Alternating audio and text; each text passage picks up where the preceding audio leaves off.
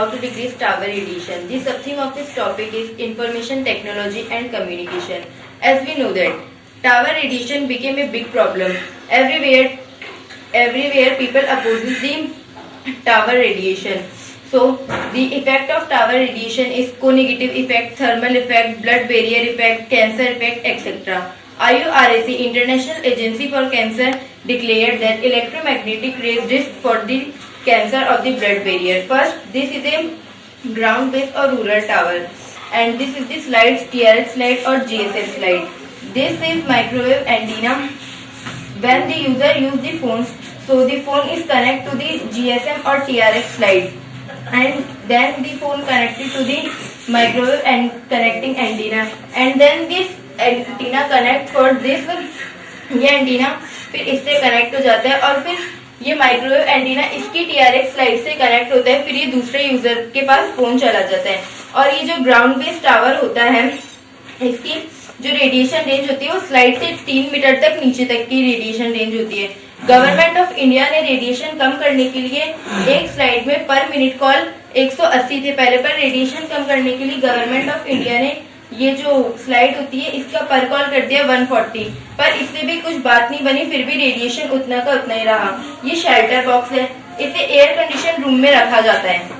ये shelter box air condition room में रखा जाता है क्योंकि ये बहुत ज्यादा हीट प्रोड्यूस करता है और इस हीट के कारण ये ब्रस्ट होने के चांसेस बहुत ज्यादा रहते हैं, तो ये कूलिंग इफेक्ट शो करे इसलिए इसे एयर कंडीशन बॉक्स में रखा जाता है। यही टावर का इन्वर्टर सेट है, ये जनरेटर सेट है और ये बीटीएस बैंक है।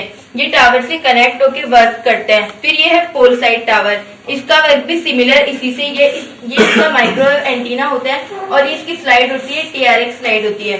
फिर हम आते हैं यूबीआर पे। यूबीआर होता है अनस्पेसिफाइड बिट रेंज। यूबीआर मोबाइल की लोकेशन ट्रेस करने के काम आता है और ये जीपीएस की लोकेशन भी ट्रेस करता है। आमतौर पर ये पुलिस स्टेशन और टेलीफोन एक्सचेंज में लगा रहता है। और फिर जो मेन प्रॉब्लम सॉल्विंग असेसमेंट है इसका, ये है सैटेलाइट सिस्टम।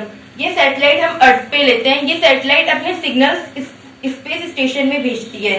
फिर इस सैटेलाइट के थ्रू जो स्पेस स्टेशन के सिग्नल होते हैं वो ज्यादा स्ट्रांगली बॉन्ड बना लेते हैं। फिर ये आता है करेक्टिंग सैटेलाइट, मूविंग होती है, ये मूव करती रहती है, स्टेबल नहीं रहती है। ये भी हम अर्थ पे लगाएंगे।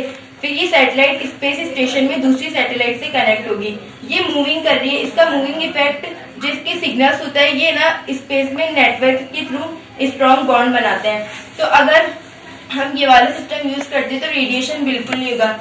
इस सिस्टम का कंक्लूजन है ये सैटेलाइट पहले स्पेस में जाके दूसरी सैटेलाइट के साथ अपना बॉन्ड कनेक्ट करेगा, फिर ये मोबाइल में जाएगा इसका नेटवर्क, फिर ये इस सैटेलाइट से कनेक्ट होगा, फिर ये सैटेलाइट दूसरे फोन को कनेक्ट करेगी और फिर ये पूरा प्रोसेस हो जाएगा। और जो इलेक्ट्रोमैग्नेटिक रेडिएशन शो करना है, जो इलेक्ट्रोमैग्नेटिक रेडिएशन कम करना है, तो उसके लिए हम एक ही टावर पे ज्यादा से ज्यादा टावर की शेयरिंग कर सकते हैं। हर आधा 1 किलोमीटर पे एक टावर जरूर होता है, वो अलग अलग कंपनी का टावर होता है, कहीं आइडिया का टावर होता है, कहीं रिलायंस का टावर होता है। पर एक ही टावर पे अगर हम ज्यादा टावर की शेयरिंग करेंगे तो रेडिएशन कम एमिट होगी। अगर सपोज हम इधर हमने एक टावर लगाया 1 किलोमीटर की दूरी पर, तो वो ज्यादा रेडिएशन करेगा, फिर उसके आगे ही एक टावर है तो वो भी ज्यादा रेडिएशन करेगा, तो इससे रेडिएशन बिल्कुल कम हो जाएगी। तो एक शेयरिंग ऑफ टावर है जो प्रॉब्लम सॉल्व कर सकता है इलेक्ट्रोमैग्नेटिक रेडिएशन की, और एक सैटेलाइट सिस्टम है जो भी सॉल्व करता है इलेक्ट्रोमैग्नेटिक टावर की रेडिएशन। और ये जो पूरा प्रोजेक्ट है ज्यादातर वेस्ट मटेरियल से मिलके बना है। ये कोलगेट की लूप से और ये सारी वेस्ट मटेरियल